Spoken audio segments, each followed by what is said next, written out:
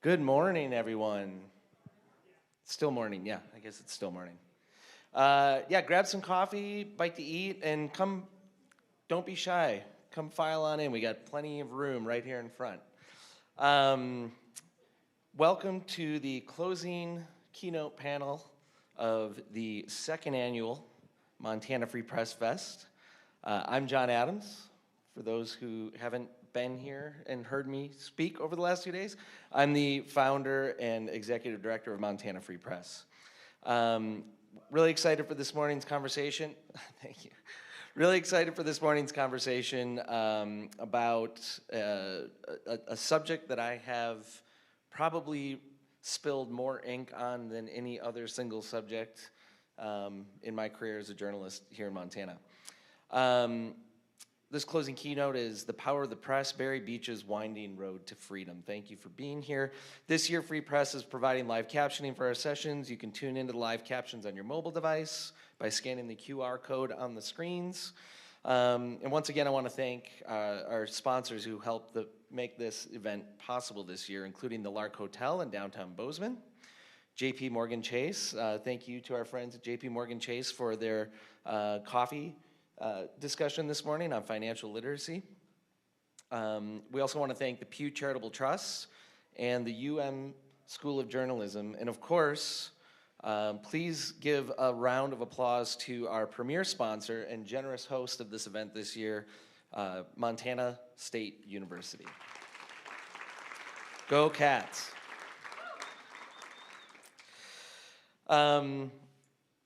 Many of you probably know Barry's story, but Barry Beach was born in 1962 on the Fort Peck Indian Reservation, and he was raised in Poplar, Montana, where he graduated from Poplar High School. He later studied at Lee Bible College and Emmaus Bible College and completed construction training through Florida State University's CCER program.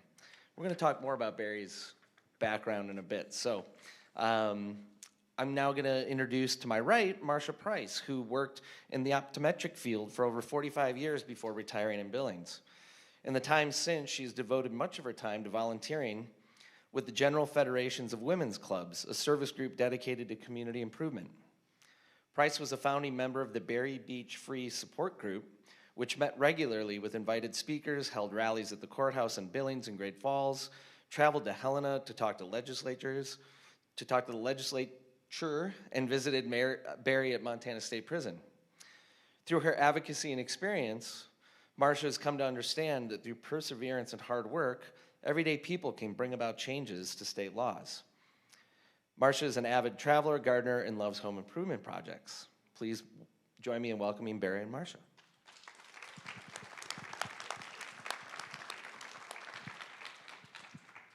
So as I said, I'm sure a lot of folks in this room at least have an idea about Barry's story and why he's on stage today, but I'm going to give a little bit of a background. In 1979, 17-year-old Kimberly Neese was murdered near her hometown of Poplar. The crime shocked the community and went unsolved for many years. 4 years later, Barry, a schoolmate of Kimberly's, was convicted of her murder, largely on the basis of a confession that he said was coerced by aggressive Louisiana investigators. He was sentenced to 100 years in prison without the possibility of parole. For decades, Barry maintained his innocence. His case drew the attention of investigative journalists, innocence advocates, and the national media, who pointed out the inconsistencies in his confession, the mishandled evidence, and the testimony implicating others who may have been involved in Neese's death. In 2011, after 27 years behind bars, Barry was briefly released when a Fergus County judge granted him a new trial. But the Montana Supreme Court sent him back to prison 2 years later. His case helped inspire changes to Montana's clemency laws, giving the governor of Montana the power to intervene in cases like his. In 2015, Governor Steve Bullock commuted his sentence to time served with 10 years probation. All told, Barry spent more than 30 years in prison for a crime he says he did not commit. His story is about more than one man's ordeal. It raises deep questions about justice, truth, and resilience in the face of seemingly impossible odds. Barry, you spent more than 30 years behind bars. When you think back to the young man that you were when all of this started, how do you reflect on the journey that you've been on since then? Well, knowing who I was at the time at 17 years old, I was not your wanted citizen. I might have been wanted by law enforcement, but not by the community. I didn't hide the fact that I was a user. I didn't hide the fact that I was a dealer. Most kids in high school tried to trick their parents into believing that they weren't using drugs. Well, those are the very kids that were buying them from me. But I didn't hide it, even though I was always respectful. I was respectful to the people around me. It wasn't about disrespect. It was just the lifestyle that I fell into.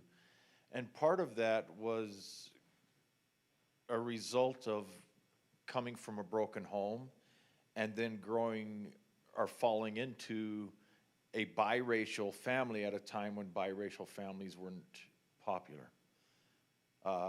Walking to school on an Indian reservation where all my stepbrothers and sisters are full-blood Lakota Sioux, and here's me and my brother and sister who are not. We were a very small part Native, but I'm not. And that brought a lot of violence and a lot of chaos and a lot of stuff I didn't understand. So I understand the bad side of who I was as a kid. And I'm thankful that everything chaotic and wrong started early in my life, but also ended early in my life when, at the age of 20 years old, I found myself sitting in a death row cell, surrounded by people waiting to go to Angola State Prison to be executed, facing a potential death penalty in 2 different states, and had one of the most powerful spiritual experiences a person could ever imagine. Because even in that situation, I was still trying to use when God changed my life. So from 20 on, the person I am today is so different, thanks to that moment in time. Hearing you say that, it makes me, like, I have to ask this. In a way, are you saying that there was something good about that experience? How do you think your life would have been different? Well, yeah, because I was a user. And even sitting in a death row cell, I wasn't trying to sober up.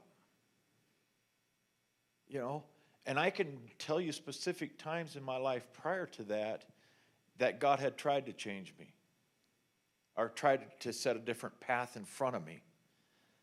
And because of my environment, because of my upbringing, and because of my own personal choices, I kept falling back into the drugs and alcohol. So if you're going to find yourself in the worst situation in life, it's good to have a silver lining. Amen. Barry, your case in Montana really kind of picked up speed, and obviously it received a lot of press attention, when you were first convicted, or when you first went to trial, and then for many years it was just sort of, your quiet fight for freedom. And then it was maybe sometime around 2005, 2006, as I recall, I started to hear about this group, Centurion Ministries. And they were trying to make the case in Montana that you deserved a shot at freedom. And I was working at the Missoula Independent at the time, and my colleague, and actually founding board chair of Montana Free Press, Jesse Shandelson, at the time, Jesse McQuillan, she beat me to the punch. I was gonna pitch a story in our editors meeting about this guy, Barry Beach, and his case for freedom. But Jesse beat me to the punch, and she pitched it first. And I watched Jesse, we sat across a wooden divider from each other, and I watched her investigate that story and follow that story, and eventually published a story. I believe the title was The Wrong Man. And it was a detailed account of your case and your quest for freedom, and laid out the evidence that that would eventually build a tremendous amount of public support for your cause. It became a Dateline NBC special, a 2-hour special that was updated multiple times. At one point, I don't know if this is still true, but at one point it was the most watched, the most frequently aired and most watched episode in Dateline's history. And that stemmed from, Jesse's initial reporting in the Missoula Independent. I talk about all that because I think it's hard to imagine that the press attention on your case didn't have some impact on its eventual outcome. Can you reflect on that a little bit? Well, going back to what you said about even when I was first arrested, there was a tremendous amount of publicity throughout the state of Montana. And the reason for that being is what kind of gets brushed over quite often in this case is the fact that Kim Neese was the granddaughter of the state senator Ted Neese. So she come from a political family. She was not only the valedictorian of her class, but she comes from a political family. The other thing that drew a lot of attention at that point was the fact that from day one in my battle, I have never ever fought just Roosevelt County, which is really unusual for a state case. From day one, because of the late Senator Ted Neese, the Attorney General's office picked up the case. So my entire battle was always against the Attorney General's office, and so that generated more press. But moving forward, as you said, Jesse McQuillan was the first to come and do an interview with me, an in-depth interview with me from the Missoula Independent. Her story was picked up by Shane Bishop of Dateline NBC.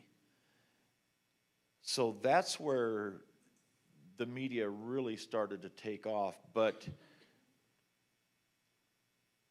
I've had several encounters with the Attorney General's office and some of their staffs over the amount of publicity. And one of the things they told me repeatedly is, you are not a celebrity, you are a convicted inmate.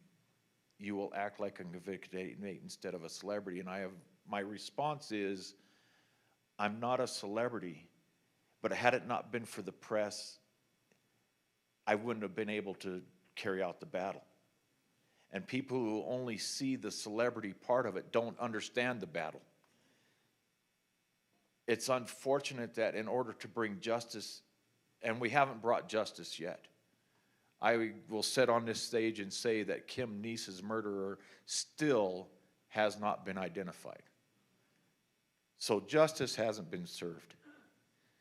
But in order to bring justice into my life, it took the press and the media and the onslaught of deliberately using the media, deliberately using social media. And one thing I will add to that little tidbit is John Adams was the first reporter to open up the social media gates in my case.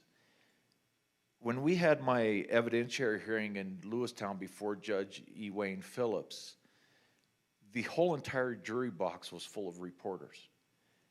Tom was there, John was there, the Tribune was there, every news organization in Montana was there, There were news organizations from around the world there. German press was there, the BBC Canada channel was there, there was some reporters from London, England there. And out of all those reporters that were there doing their thing, John Adams was quietly sitting in the corner of the press box using a new app called Twitter. And he was doing a play-by-play on Twitter, which within an hour and a half, had drawn 26,800 plus followers on Twitter following John's play-by-play of the hearing. And that's really when we sat back, and some of my supporters at that time, we opened up a Facebook page, and we'd already developed a web page as the Montanans for Justice and Centurion Ministries. We'd already done a web page, but we opened up a Facebook page and started using social media along with the press. And I want to reiterate the fact, it's unfortunate that we had to do all of that just to bring justice into my life, and that it took that kind of awareness and it took that kind of pressure to get the officials of the courts and et cetera, to do the right thing. I want to come back a little bit later and talk, about the sort of the whiplash that occurred, between the time of that evidentiary hearing and the subsequent years. But what ended up happening at that evidentiary hearing is the judge in that case found that the evidence that had been presented on Barry's behalf was compelling and that it warranted a new trial and that he should be retried. So he basically threw out the original conviction and said, in order to a new trial. So that day, and I remember this very vividly, all the media, everybody who was there, we were all gathered around this side entrance to the sheriff's department where we expected him to come out, because that was, where the police cars would come in and out, and that was where we expected him to come out. And so the whole gaggle of press was standing down this alley outside this door. Barry walks out the front door and walks out onto the sidewalk, a free man at that moment, and nobody was there. There was nobody there. He just walked out. And yeah, that was quite a scene, and we can come back and talk about that in a minute. But I want to talk about the supporters. And Marsha, you are among the dozens, if not hundreds, of people across Montana who have supported Barry Beach over the years. I want to ask you, as a professional in the Billings community, how did you come to befriend somebody who had spent 30 years behind bars? I ask myself that a lot. About 4 days after Barry was released from the court in Lewistown, he was staying with Ziggy and Stella Ziegler in Billings, which are friends of mine. They had to be gone, so they used some of the ministers that had gone up to the prison, and one of them was a friend of mine, to babysit him during that time. I took him around town and showed him things. So he asked me to have breakfast with him that morning, and I thought, around a murderer? I don't know what this is. I was very nervous. So I met him for breakfast, walked up to the counter, and they were already had ordered. And the lady asked me what I wanted. I said, oatmeal. Okay, she said, I'm trying to introduce myself to Barry.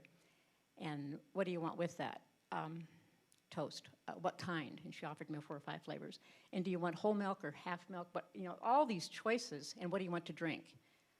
Coffee. Okay. And so Barry and I start to go to get a table while Ron is paying for the meal, and Barry starts laughing.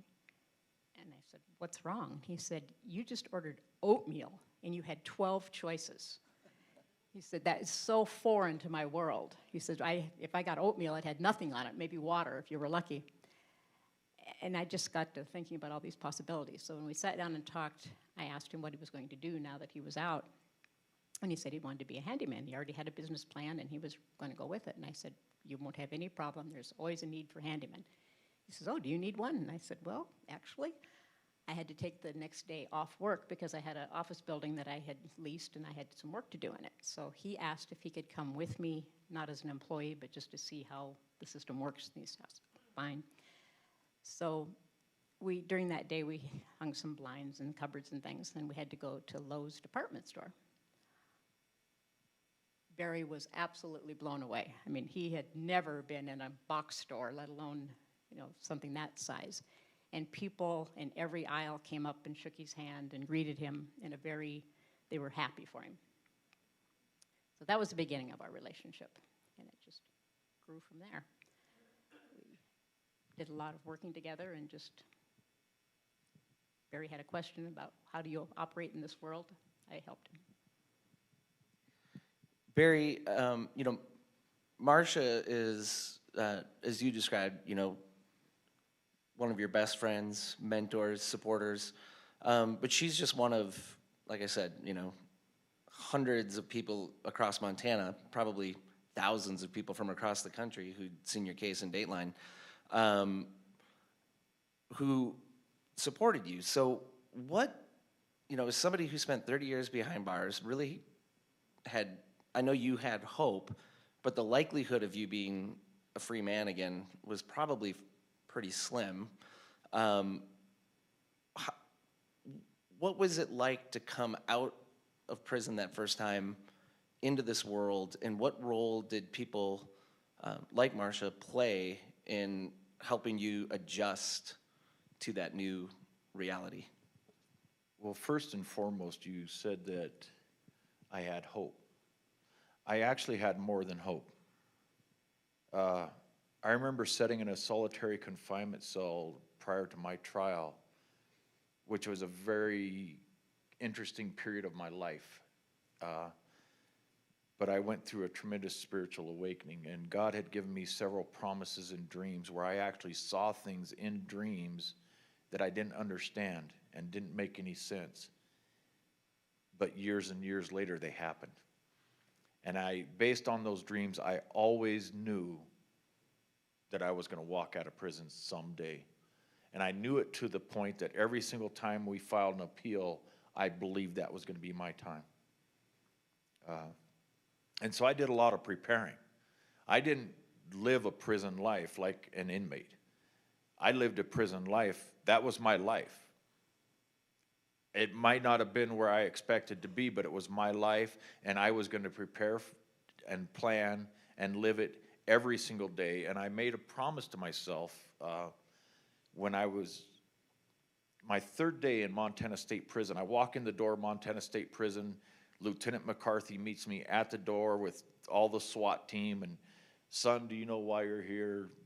Well, I assume I'm here to do my time. No, you're here because they need a place to keep you until they can build your casket.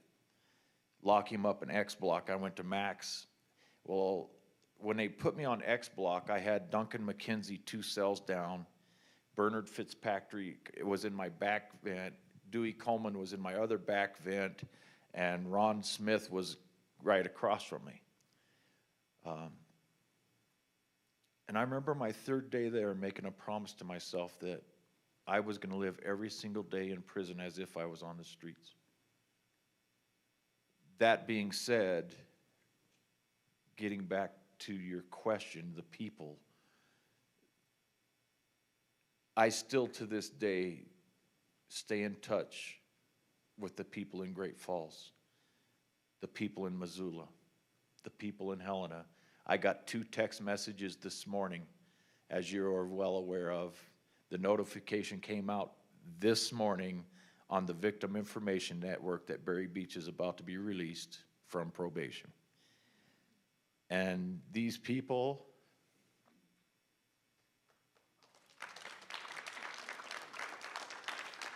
that supported me then and support me now let me know. The people in Helena, all across the state. We have a member of the Billings BB Free support group who lives here in Bozeman in the audience today who come to see me and say hello. So it's been an ongoing group of support. Marsha was the very first person to ever hire me as a handyman and still hires me as a handyman. But I've gone to Great Falls and worked for some of my supporters in Great Falls and doing small odd jobs on their homes. So that transition, and more important than anything, more important, and I don't like singling any one people, but Ziggy and Stella giving me a place to stay fulfilled a very specific goal that I was trying to achieve before I ever even got out of prison. Because I came out of prison knowing that if I could stay away from the three bigs, that I could give myself a chance financially to get on my feet. What are the three bigs? Car payment, rent, and a woman. I hate, sorry females, sorry to say that, but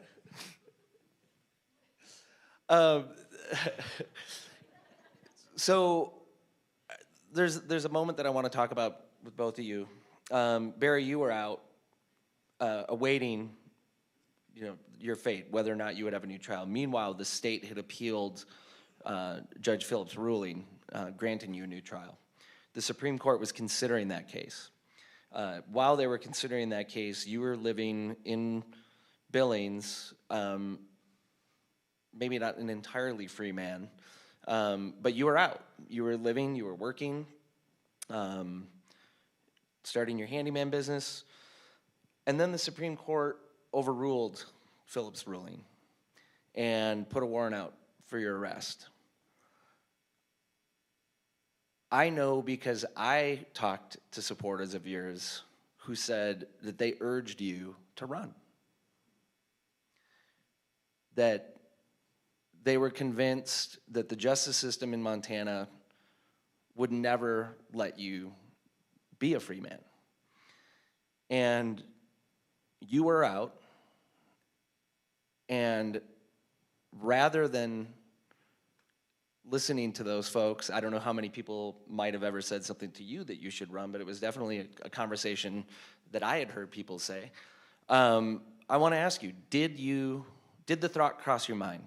When there was that warrant for your arrest, in that time between the Supreme Court overturning that ruling and the time that you went back, did it ever occur to you, did you ever consider running?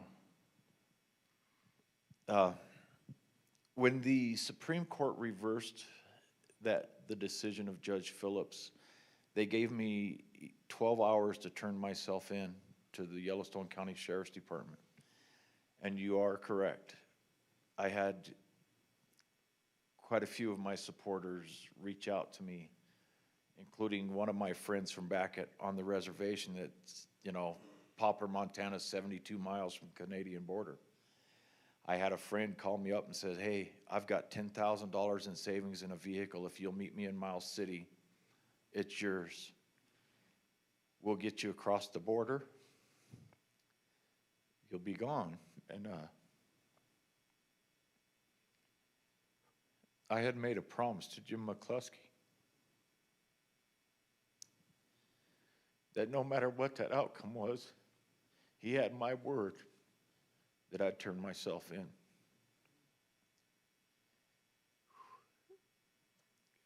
Jim McCluskey is the founder of Centurion Ministries, the group that fought for Barry's release. And it's never been so hard in my life to keep a promise, but I did turn down every offer that was given to me, and I walked myself in with Marsha and Ziggy and Stella by my side. I turned myself in. Marsha, for those of you who had welcomed Barry into your lives and were helping him build a life, what was that experience like? Unbelievable. I had no concept of what was going to happen. I happened to be in a bank with Barry that morning. He was trying to get some paperwork signed. And he thought he had till 10 o'clock that night to turn himself in. And he had a phone call while we were sitting with this banker. And he said, where are you, Barry? Where are you? He says, well, what do you mean? You need to get yourself turned in by 10 o'clock. This was 9:30. and he realized it was AM, not PM. So he said, we've got to go. And the lady says, well, you have to sign these papers. And he said, you don't understand, I have to be there. She had him write his name on a blank piece of paper, and she says, I'll take care of it. We got in the car, headed down to we were going to the wrong place, actually, but we were headed downtown, and he was speeding. And I said, Barry, you're going way too fast. He says, what do you think they're going to do, arrest me? I mean, it was like, So we got there. He jumped out of the car. We parked behind Stella's restaurant. They were standing there waiting for us. And he started taking off his belt and his eyeglasses and gave me the car keys. And then he came back and he said, no, I'm not going to let him do that to me. And he put his belt back on and his glasses, and he said, they'll take them away from me, but I don't want to look like that when I walk in. So we walked down the alley to the sheriff's department, and they greeted us outside, and they were all very respectful. They weren't there. So it was shocking. I recall that in the jail in Lewistown too, so many of the people in the courtroom, the law enforcement, I mean, it was, besides the Roosevelt County Sheriff, who ended up going to jail himself that night, if you throwing a guy through a bar window. This was a crazy story, you guys. Marsha,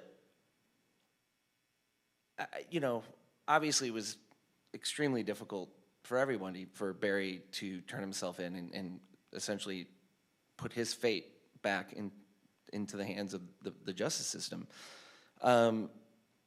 Talk a little bit about what you and the BB Free group did in that time that Barry was back in Deer Lodge.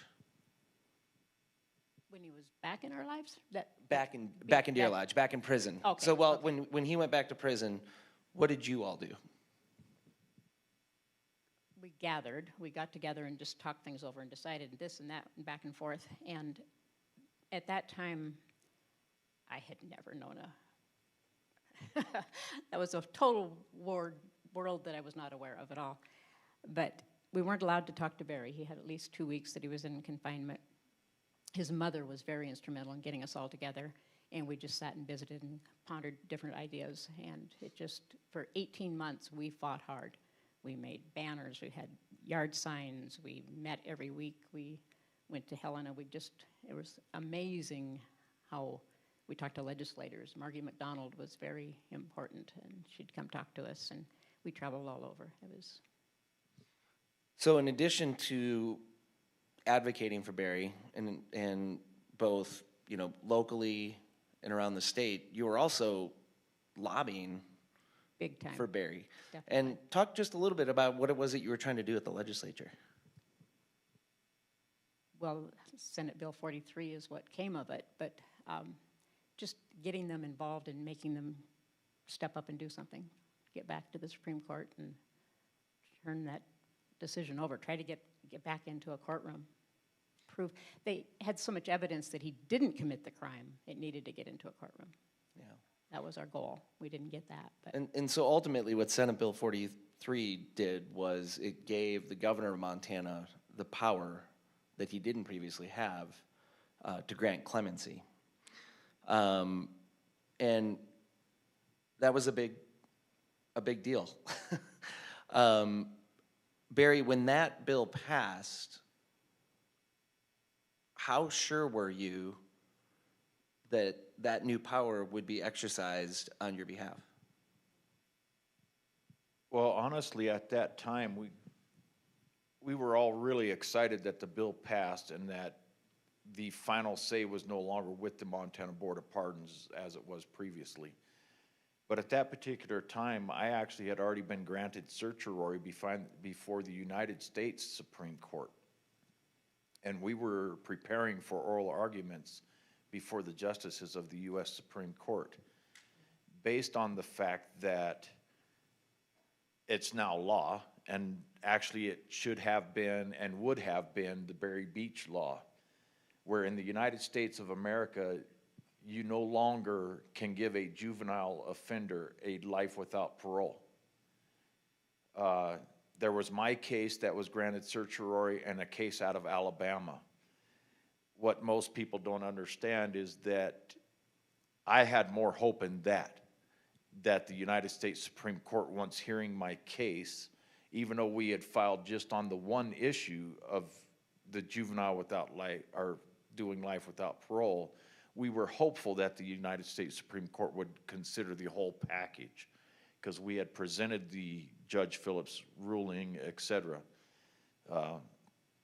And we were hoping that it would get kicked from the U.S. Supreme Court back to a lower federal court, and that they would grant me an evidentiary hearing to bring the 22 witnesses in again at a federal level. And so my hope was more in that than it was in having Governor Bullock use the new power that he was given. And the reason I say that is because Governor Bullock was the Attorney General who sent me back to prison. He then went from being the Attorney General who sent me back to prison to becoming the governor. And I'm extremely thankful, and I regret missing Mr. Tester on stage the other 2 nights ago. But some of the other Democratic Party at that time, you know, I'm extremely grateful to them, because they're the ones who rallied behind the press to convince Governor Bullock to utilize his power. The reason they granted me clemency in the form of commuting my sentence to time served was sort of based on the United States Supreme Court case of not giving a juvenile life without parole. The system now states that you have to give a juvenile hope. You have to give them an opportunity to develop and be released at some point in time, because crimes committed as a juvenile, they aren't mentally developed. Therefore, what the final outcome was is I was given a commutation of sentence for time served and 10 years of probation. And so you mentioned this earlier when you said that justice has not been served. Kimberly Neese's true killer has not been identified. And according to the state of Montana, you remain convicted of that crime, correct? I'm still convicted, and I'm still convicted. I almost said that I'll always be convicted, but I don't believe that. I do believe that there's going to be a day that something different will develop, and I'll have another shot. I want to get to some audience questions here in a few minutes, but so interestingly, we're sitting here today just, I don't know, 6-7 weeks or so from I guess it'd be longer than that, 8-10 weeks or so from the anniversary of the day that you were released. That also happens to coincide with the time in which I was building the Montana Free Press website. And I was living in a cabin. Long story. We can talk about that some other time. But I was living in a little cabin that a friend had, and I was working on this, and I didn't have cell phone service, but I got an email and all it said was, and it was somebody who was in a position to know, said, "You're going to want to be in Deer Lodge tomorrow morning." It was a bit of a November blizzard between Augusta, Montana, and Deer Lodge that morning, but I made the trip down knowing what I was in for. Marsha,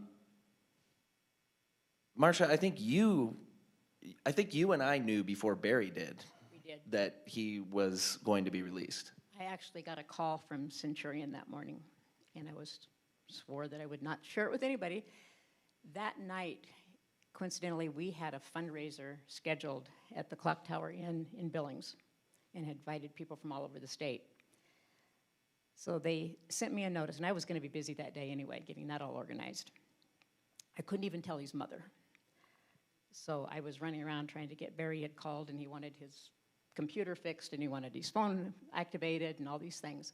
And they said that we could meet in Laurel at his mother's house, and I traded the stuff back and forth.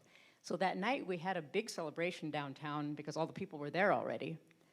But yeah, it was hard to keep that secret. So there was, again, a gaggle of reporters standing in the parking lot of the Montana State Prison at Deer Lodge when Barry Beach walked out with his attorney and Jim McCluskey, his attorney Peter Camille. Barry, am I right that you found out only a few minutes before you walked out that that was what was about to happen? Yeah, actually, I had absolutely no clue, and like Marsha said, the event in Billings was actually planned as a fundraiser. But I was at work. I worked 28 years in the maintenance department inside of Montana State Prison. And just for any state officials that are here, if I would have been paid a salary on the streets for the work I did for the state inside, I would be wearing a nicer suit right now. But I was at work, and it happened to be count time. Every morning at 10 o'clock, they have count. And we go to our assigned job sites for count, and all of a sudden my supervisor got a call over the radio to send me back to my unit. And I'm thinking, oh man, what did I do now? Because normally that means you're going to lockup.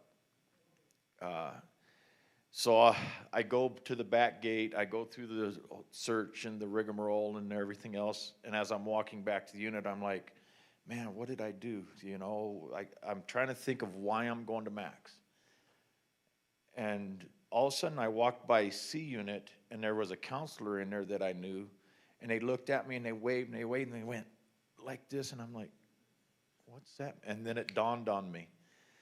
And I come walking into B unit, which was my housing unit, and here's the warden, the associate warden, the sort team, and I'm like, the warden?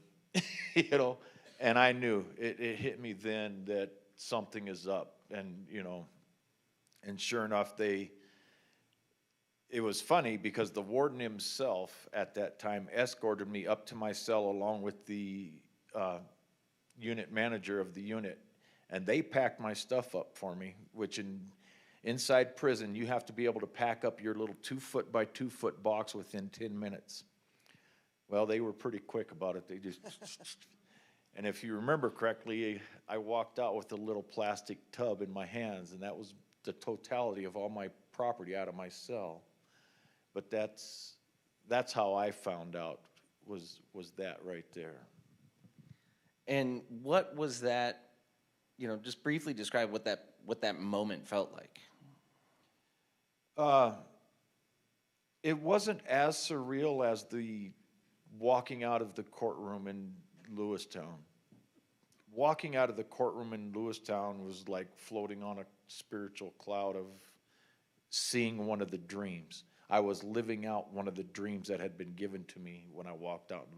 Walking out of Montana State Prison was a relief, and it was exciting. It was raining on us. It was snow, sleet, rain, cloudy, cold, really cold. We're all standing there trying to do interviews and shivering, but it was a bittersweet moment for me, because just moments before, when I met with Centurion on the inside of the fence, before Jim McCluskey even told me that I was going home, his first words out of his mouth were, "As of today, Mr. Beach, Centurion Ministries is done with your case." And I'm like, what? He says, "You're going home."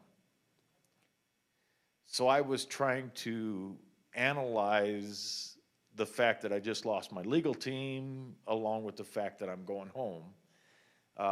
But to come out to the press, and I think once again, every media source in Montana was there, and Dateline was there, and so I was the last to know. Like all the rest of us citizens, normal citizens, we learn everything from the news once they. And Marsha, talk a little bit about the home that Barry came home to. I'll do that. Going back to the media and being involved that day, when Barry got to the clock tower, we had reporters everywhere that weren't allowed in, and they were angry. I mean, they were meeting everybody downstairs and interviewing down there. But the home that he came home to was a house that I owned that Barry had been renting from me. It was, I had asked him, I needed a new rental unit, and I'd asked him to go do a home inspection when he first got out. Actually, it was about 6 months because he was trying to figure out how to move out of Ziegler's because he thought he'd been there long enough because the trial hadn't happened. So he came and inspected the house, and it didn't need anything. It was good.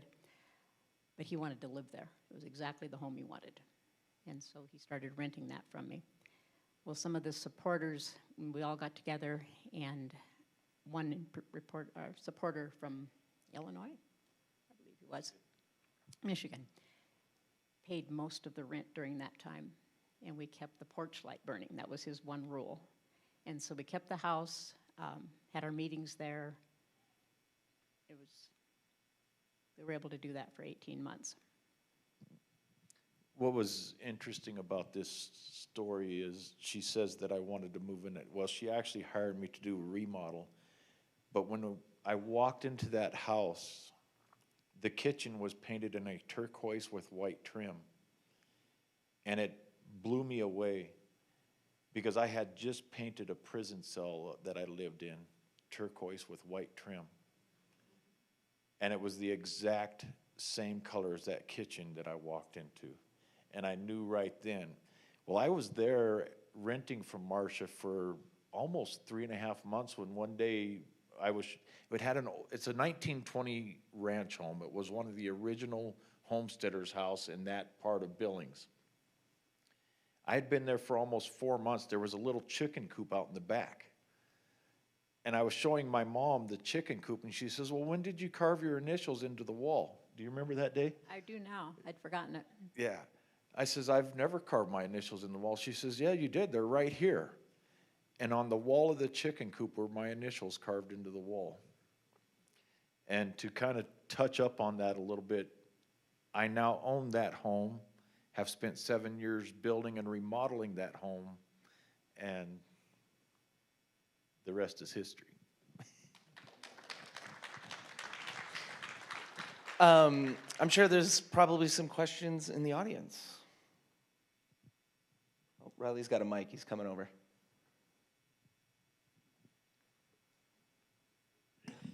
Hi, thank you so much for taking your time to speak with us today. I was curious, you talked about the clemency bill. I was wondering if there's any other changes that you would like to see the legislature make for our justice system to ensure that nobody suffers the same fate, no innocent people suffer the same fate you did. Are there lingering things that you would like to see changed? There's actually quite a list of things that I would love to see changed. And I would also like to revisit some of the bills that were passed along with House Bill 343, or 43, I call it 343. Part of that package of bills that were passed at that time was a change in the parole board. I will tell every citizen in the United States of America that our prison system is failing. And it's failing for 2 reasons. Number one, if you're going to spend the taxpayers' dollars to send somebody to prison, make sure they're going to stay there for at least 5 years. If they are not there between 5 to 10 years, day for day, prison doesn't hit them. These people that you're sending into prison and they're doing 1.5 years, 2 years, 3 years and getting out on parole and coming back and doing 6 months and getting out on parole, and you're wasting taxpayers' money. Let them wake up 7 years later when their family are gone. Let them wake up 7 years later, 5 years later, when there's nobody there to support them anymore and to send them money or to take their phone calls. And then they'll realize what happened. Because when you wake up in that prison cell and realize that you're the only one in that cell, it's a different story. The flip side of that is I do not believe we should ever keep anybody in prison for more than 25 years. You are wasting taxpayers' dollars. If you're fighting to keep somebody beyond 25 years, that means that the prison system has not reformed them. And if you can't reform them within 25 years, you have failed. And you don't need my money to try again for the next 20 years. I also feel and believe, and God rest Marcellus Williams out of Missouri, who was executed last year under the belief that he was innocent. I'm praying for Rodney Roberts in Texas, who is about to be executed on October 16th for a shaken baby syndrome case, which has now been proven to be scientifically false. There are areas that we need to improve the judicial system. I've said many, many times that we have forgotten what our forefathers based the judicial system off of. The Word of God says that if there are not 2 or 3 witnesses, you shall not put somebody to death. In our judicial system, one of those witnesses is forensic science. And when our prosecutors and our courts and our judges can blatantly and openly dismiss forensic science, such as in Rodney Roberts' case with shaken baby syndrome, such as in my case where there are no forensic matches in any way, any shape, any form, and they, excuse me for getting a bit off track here, but my beloved Mark Roscoe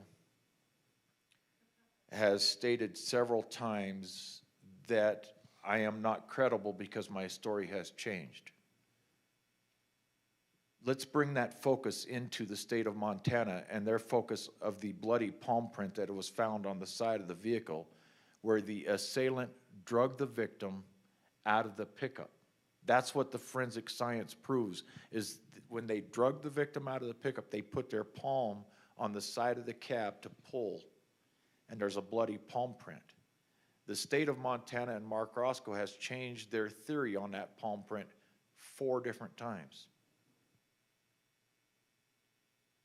Now, 20, 40 some years later, the belief is that that palm print is absolutely of no value when the FBI, the Roosevelt County Sheriff, and every other law enforcement in the state for 15 years used that palm print to eliminate suspects. Except for me, by the way. That's my point about forensic science. We need to work on our court system and get back to the fundamentals of what we believe our court system is supposed to do. Oh, thanks, Riley. Your case reminds me of one I read about in a book, particularly the rush to judgment, where law enforcement decides who's guilty and then tries to find evidence for that guilt and ignores other, as you say, other evidences that say you're not guilty. And the book that I read that story in is Just Mercy by Brian Stevenson. He's an African-American attorney who decided to go and set up a practice to help release people who are unjustly convicted. I was just wondering if you were familiar with that or had read that. I haven't read that particular book, but I have read quite a few others where forensic information was dismissed or ignored, and people wrote stories about it, including John Grisham's The Innocent Man.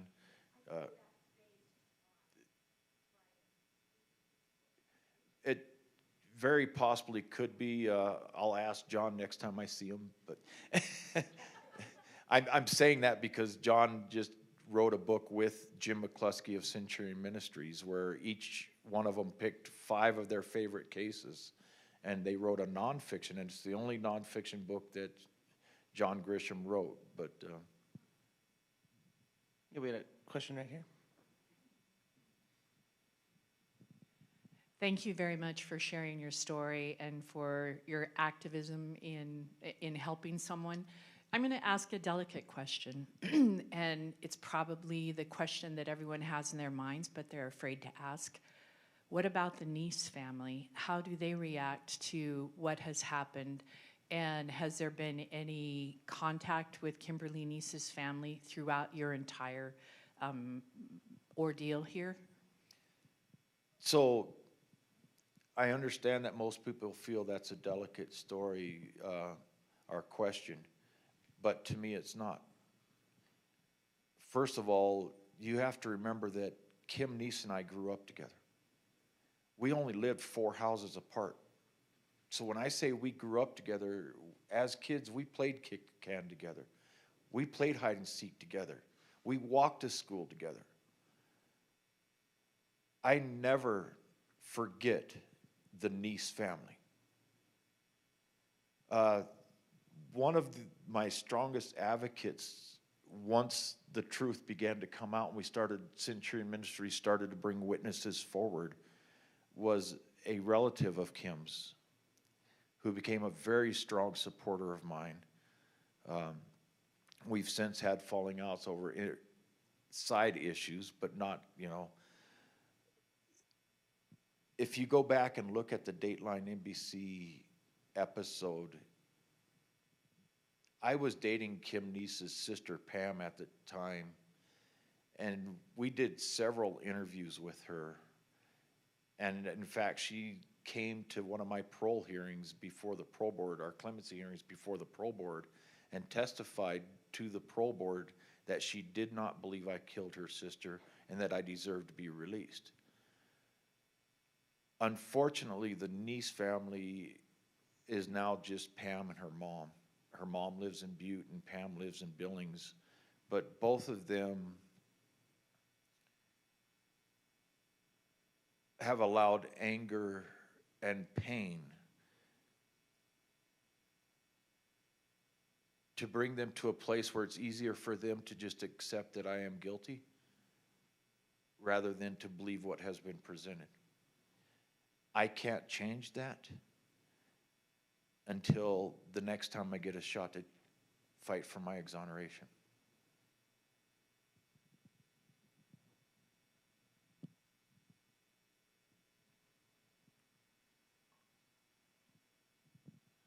John, thank you. Excellent discussion. Marsha, thank you. And Barry, congratulations. My question has to do with incarceration itself. When you move into a cell after being in the whole wide world, how does anybody mentally change themselves to start a life for years in 6x8? I've always wondered if I could do that and maintain myself mentally. And I'd wonder, did that take weeks, months, years to realize this is my world? The other part of my question is also about people that are wrongly incarcerated. How many people do you think are inside that don't deserve to be there? To address the second half of your question first, one of the things that happened to me along my journey inside prison was I was transferred to Tennessee as part of the movement for overcrowding. And well, we went to Texas and from Texas to Tennessee and, but while I was in Tennessee, there was a female guard that she claims I saved her life. It wasn't nothing like that to me. I just seen that she was about to pass out on the block. I helped her get off the block, rather than letting that happen. But after that, she brought me a book. She says, "You've got to read this book. You got to read this book." She brought me a book by C. Ronald Huff out of the University of Chicago. It was called Convicted but Innocent. It's a great read that will answer a lot of your questions on that topic. But the studies of his journalism class, by the way, it was a journalism class, not a forensic science or criminal law or anything. His journalism class did a 3-year study on how wrongful convictions happen.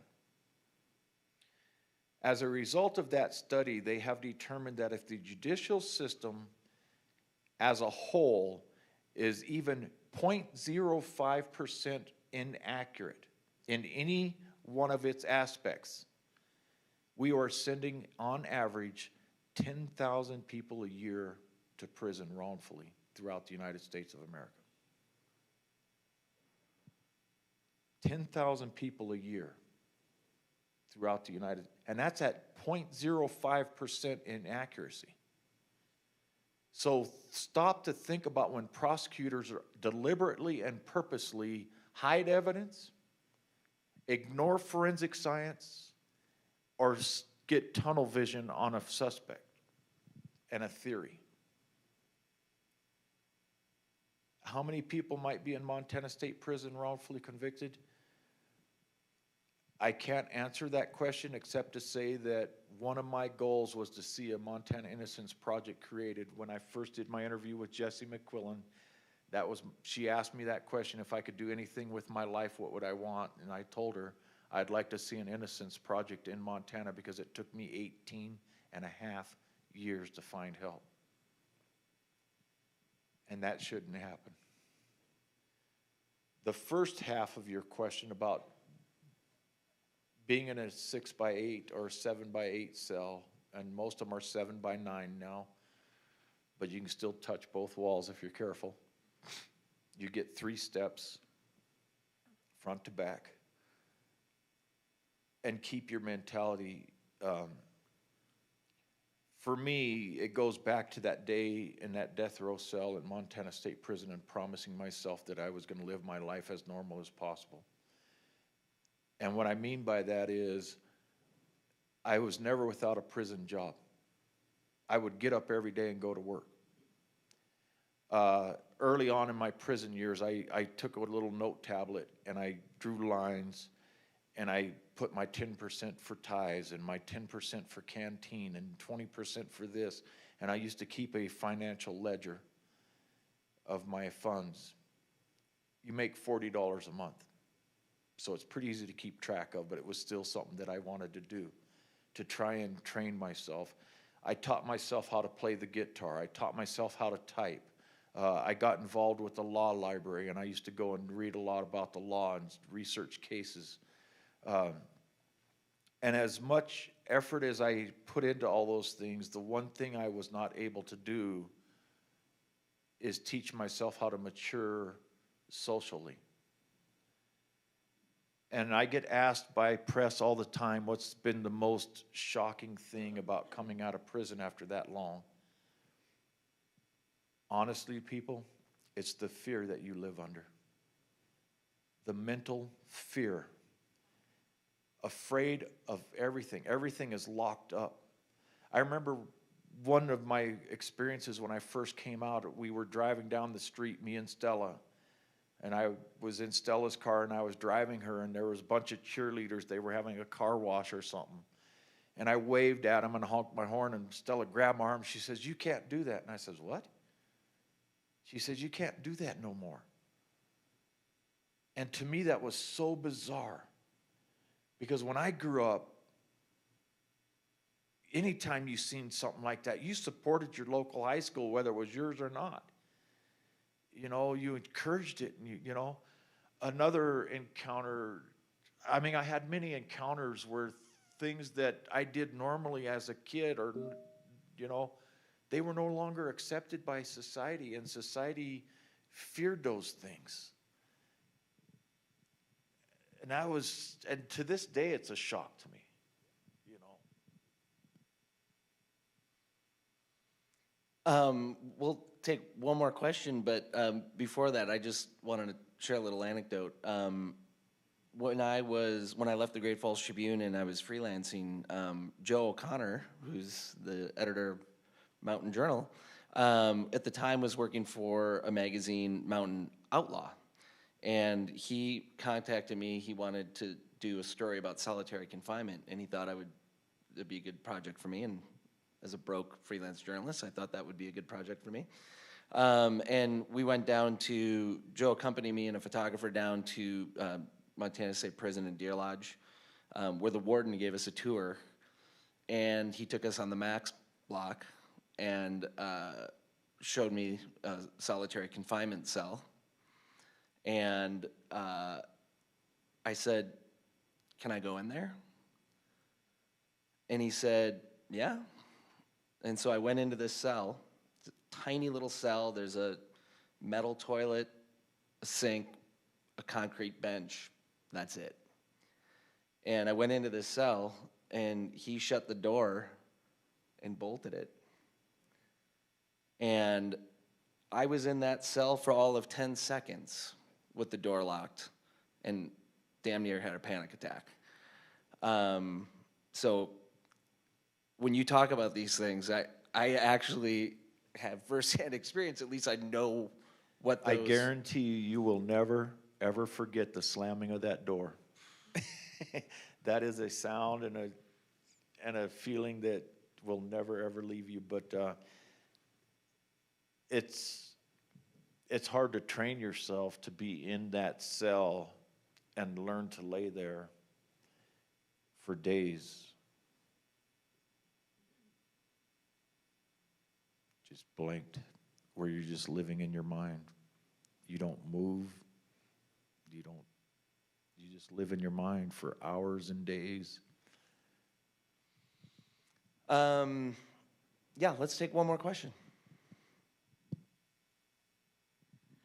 Wow. I just have to say thank you to all of you, and congratulations, Barry, on your news this morning. That's amazing. I'm curious, you told me earlier we were chatting, and you told me that you meet with other inmates that feel that they've been wrongfully convicted and are serving time. I'm wondering if you've ever met with Jarvis J. Masters in California? He wrote there was a journalist who wrote a book about him. He wrote his own book, but it's called The Buddhist on Death Row. Say the name again. Jarvis J. Masters. He's still incarcerated. I just checked. I don't believe that I have, and if he's still incarcerated, I'm sure I haven't. I am very active with the Innocence Network conferences. I'm still very active with Centurion Ministries. I actually travel both, I guess, West Coast and East Coast now, 2 different conferences and meet with the other exonerees. I am very active in following several death row cases where we are fighting as exonerees, and as an organization of exonerees, we are fighting to keep these guys from being executed. Rodney Roberts being our main focus right now. There is an organization that I am affiliated with out there called Exoneration Nation. There's also the Registry of the Exonerated out of Minnesota that I'm not on yet, but I have their ring. I just don't ever wear it. So most of my involvement is with other exonerees rather than inmates. To be quite honest with you, I haven't even reached out to anybody in Montana State Prison. I left prison. I'm not there no more. I don't want to be there. I have inmates reach out to me all the time. I have families reach out to me constantly wanting to know if I can help their incarcerated person. I'm not a lawyer. I'm not a judge. I'm not a politician. I will give you the best advice that I can, and for anybody sitting in the audience, I will give you the same advice. Number 1, if anybody in your family is ever arrested, don't talk. Shut up, call your parents, call a lawyer, and shut up. Number 2, don't waste your money on an attorney until you have hired a private investigator.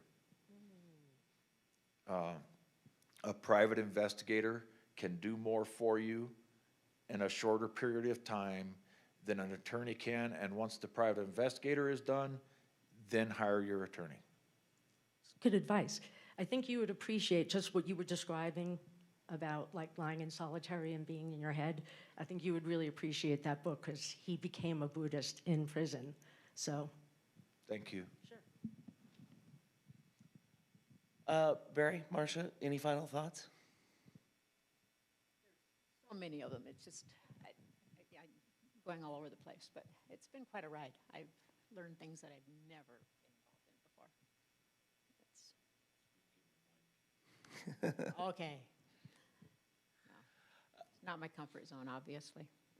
Well, we appreciate you being here. Barry, any final thoughts from you? If anybody has any other questions, I'm more than willing to answer your questions, or, you know, I'm an open book. I see a gentleman with his hand raised over here.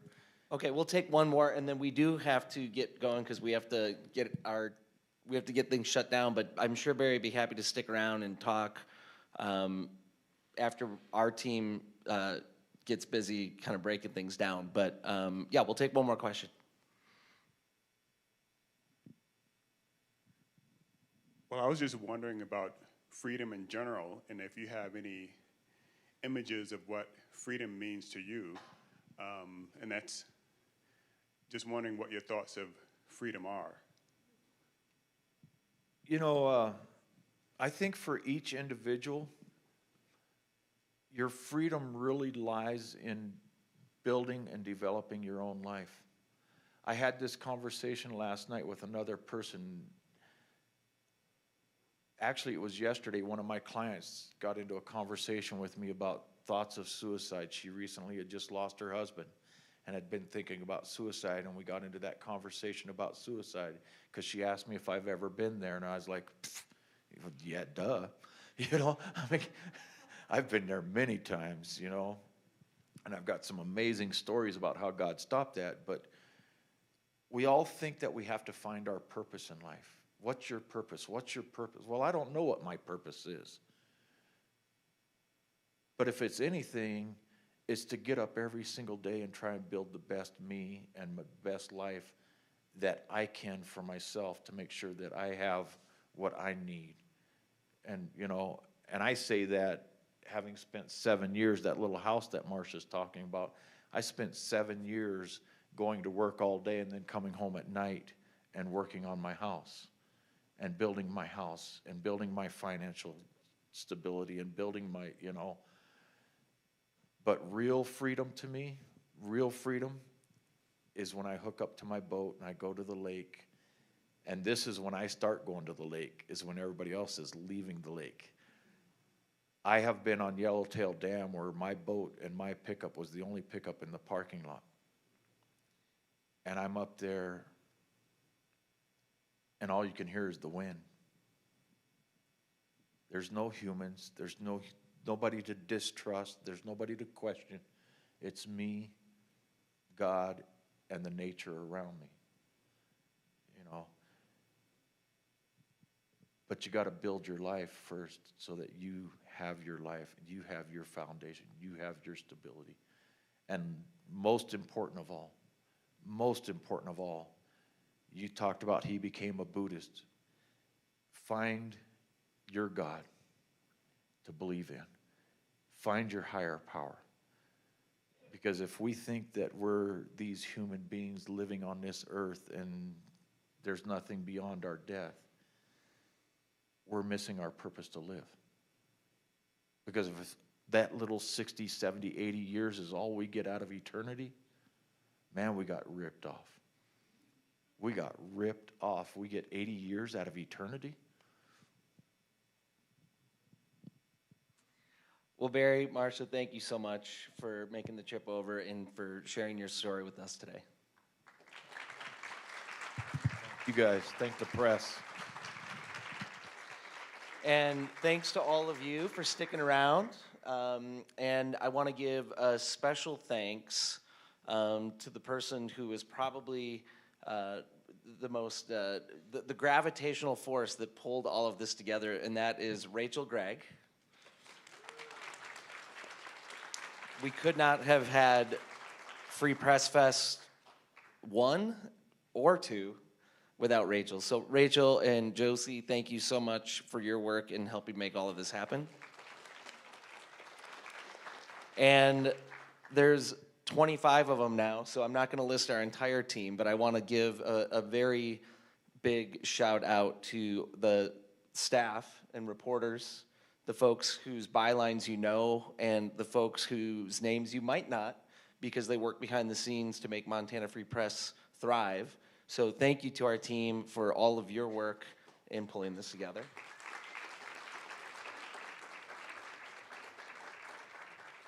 And again, I want to thank President Tessman, President Cruzado, Tracy Ellig from Montana State University, the entire team here at Montana State University who made this such a great event, provided this excellent space, were such gracious hosts for us.